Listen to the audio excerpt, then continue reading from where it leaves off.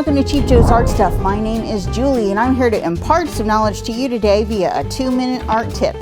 And today's tip actually comes from a viewer question, and that was, how do you create believable figures in motion? So today I have some tools here to kind of help break it down really quickly so that I can demonstrate best to you how I do this and how this can translate into what you're doing. So what I have here is a sketch that I've already done. This is of Sergei Polunin, if you're not familiar, the Russian ballet dancer who's amazing. And then what I have here is a piece of water media acetate that I've laid down on top of this. And what I'm going to do is I'm going to draw all over him so that you can better understand how I block out forms when they're moving and stuff. It is different than doing something that's still. So we're going to cover a little bit about how this works.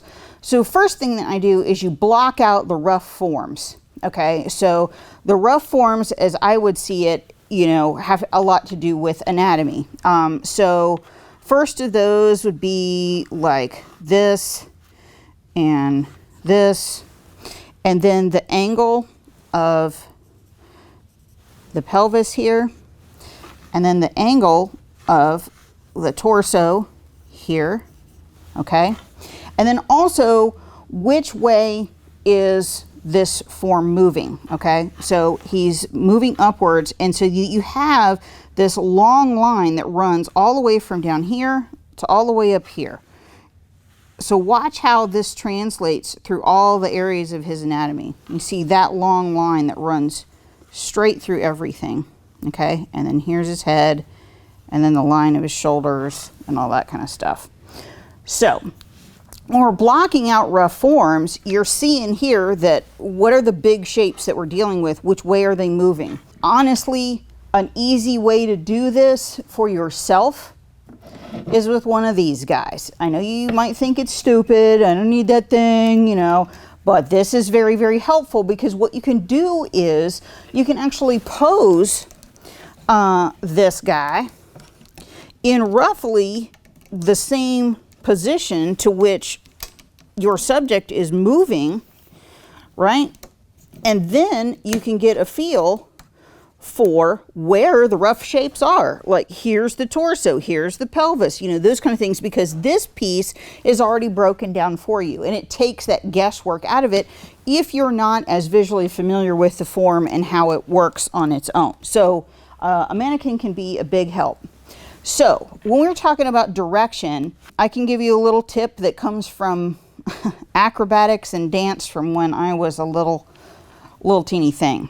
And the rule is, wherever your head goes, your body follows, because they're connected and stuff. So as you can see, the thrust of the energy here is with his head, right? So all of the parts of his body are following that motion that comes from the direction that his head is moving.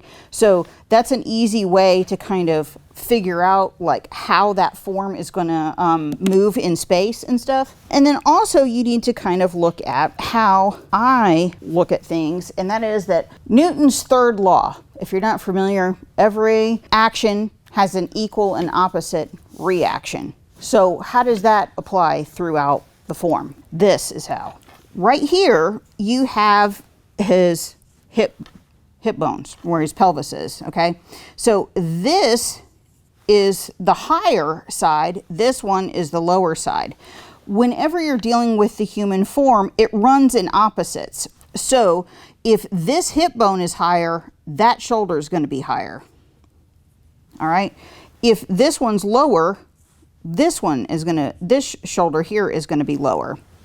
So that's just an easy way to kind of make sure that the spine and how the torso relates to the pelvis, which are the two most integral parts with something in motion, a human form in motion, and how those work. So you have to think of them in terms of opposites. When this one's high, that opposing side is going to be high. When this one is low, that one is going to be the one that's low.